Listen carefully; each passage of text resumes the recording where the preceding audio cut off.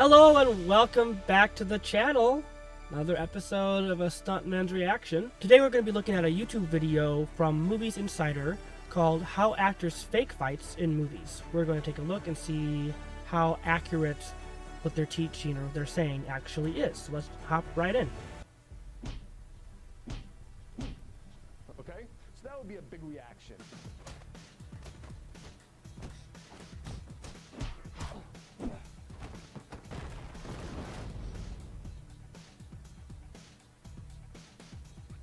My name is Tony Vincent. I'm a stunt coordinator in the film industry.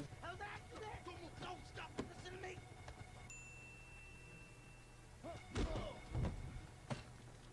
Let's go.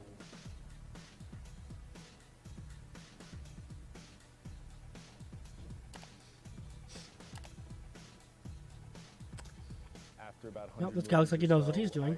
We're going to do a little demonstration here and go over some of the techniques to make fight scenes work. We have here Ian and we have AJ. The first thing we're going to do... Is he sitting down or is that how tall he is? Asleep. Okay, no, just kidding. Okay, what we really have to talk about is selling to camera. The camera, when stacked, That's really we're important. stacking right now, it compresses the space in between. So really, whether I'm here, or whether I'm here, or if I actually hit them, it all looks the same. Just to explain what I'm saying, if I went like this now, guess what? Well, that doesn't work. We see a mile in between. There's a couple of things that I call choreo killers, what we call bridging. You guys are my friends.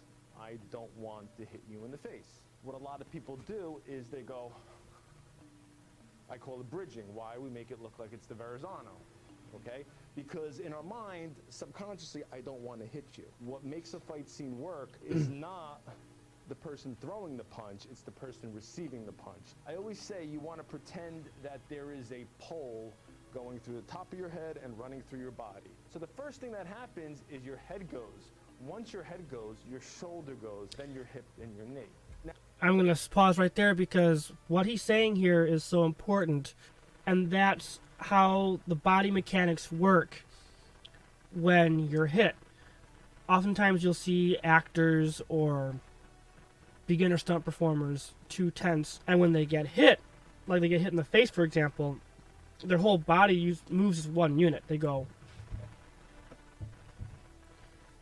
You see that my whole body, my chest, my shoulders are moving with my chin. It should be head first, then your shoulders move, then your hips move, then your feet move, so on. That's basically how it's supposed to work. And he's doing a good job of breaking this down. Too many people, I think I've done breakdowns where you've seen it before, where the whole body is moving together as one solid piece. And that's never good. It doesn't look natural. Because your body's pretty big, right? Your head's smaller than the rest of your body. If you get hit in the face, your head's going to move first. And then that momentum that's being carried by the force of that punch is now going to move the rest of your body bit by bit. Again, working its way down. So him breaking this down is really, really good. And before that, he talked about stacking, which if you don't stack properly, as he mentioned, you won't see it. Obviously, what he's saying is correct. now I really want you to really throw it really hard.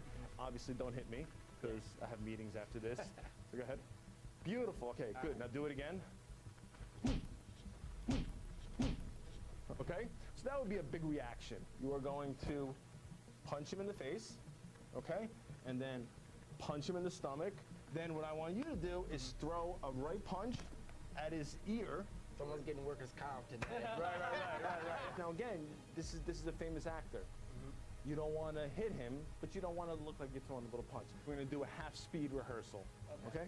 So half-speed to feel it out and know what you're going to do, and then we'll go full speed, okay? All right, so I'm walk up like you got a problem. What's your Wait, problem? hold on a second. Did I say action?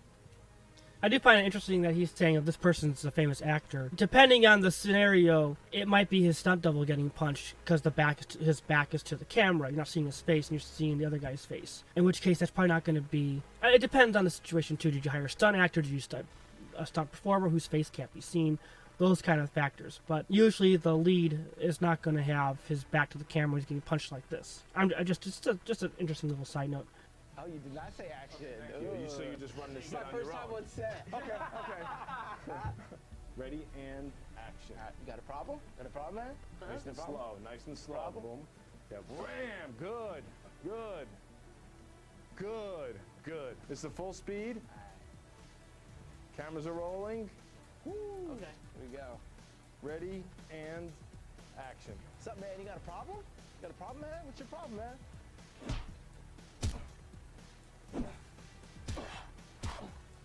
Okay, so a couple things here.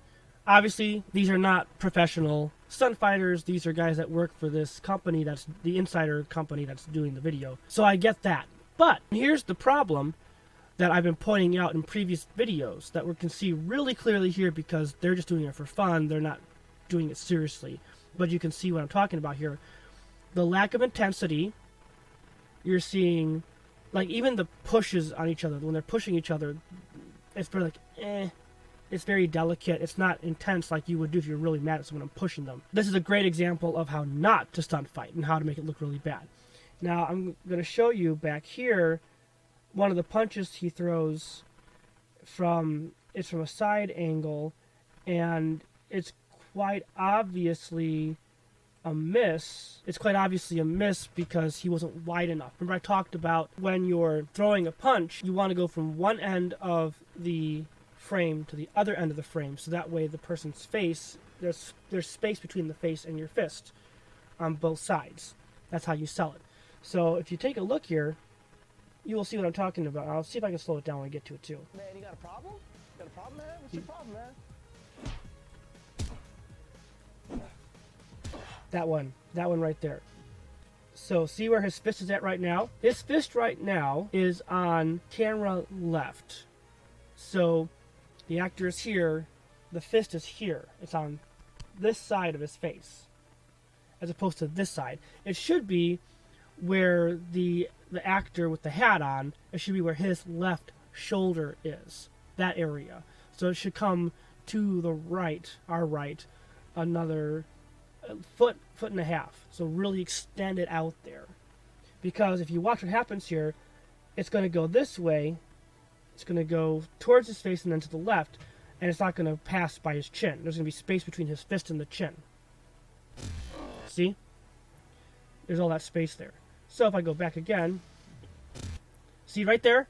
That's what I'm talking about. There's a space between his fist and the chin, and that's what I see in so many short films where they're doing fights. And it's the fault of the director, the stunt coordinator, the stunt performers, the actors, whoever is in charge of the fight, which is usually going to be the stunt coordinator unless you're doing an independent film and you can't afford a stunt coordinator, and therefore it's just the director. It's the person, both the camera's job and the actor's job to make sure that you're covering all your angles. So this is an obvious miss. And if we continue, you'll see it just continues. By the way, he's got a bent wrist too. Remember we talked about that before? Bent wrist? You don't want a bent wrist. It looks less confident and unprofessional. So watch this here and you'll notice the rest of it, and it does not look like a contact.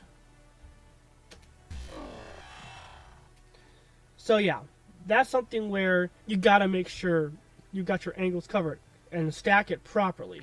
If you just bring his fist about a foot further to the right, it would have looked like it made contact.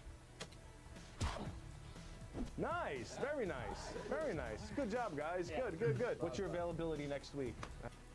Okay, and so he ends it with a joke there. What's your availability next week? Very funny. So the whole point of this is, with this video here, is to kind of give you an insight into what stunt fighting is like.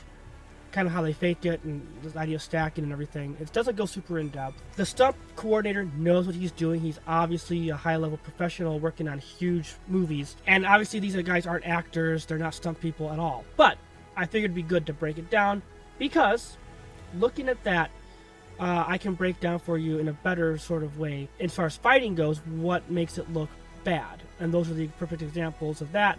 So be sure to watch for those examples in my previous videos as well as my upcoming videos.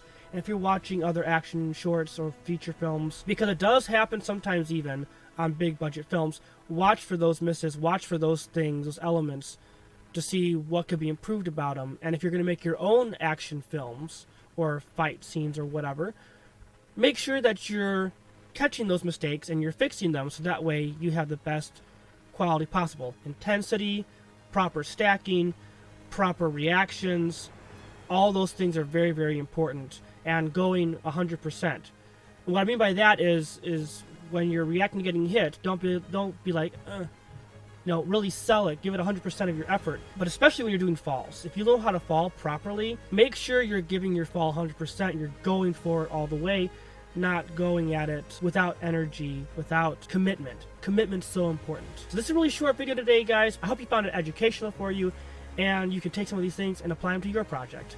Thanks so much for watching. We'll see you next time.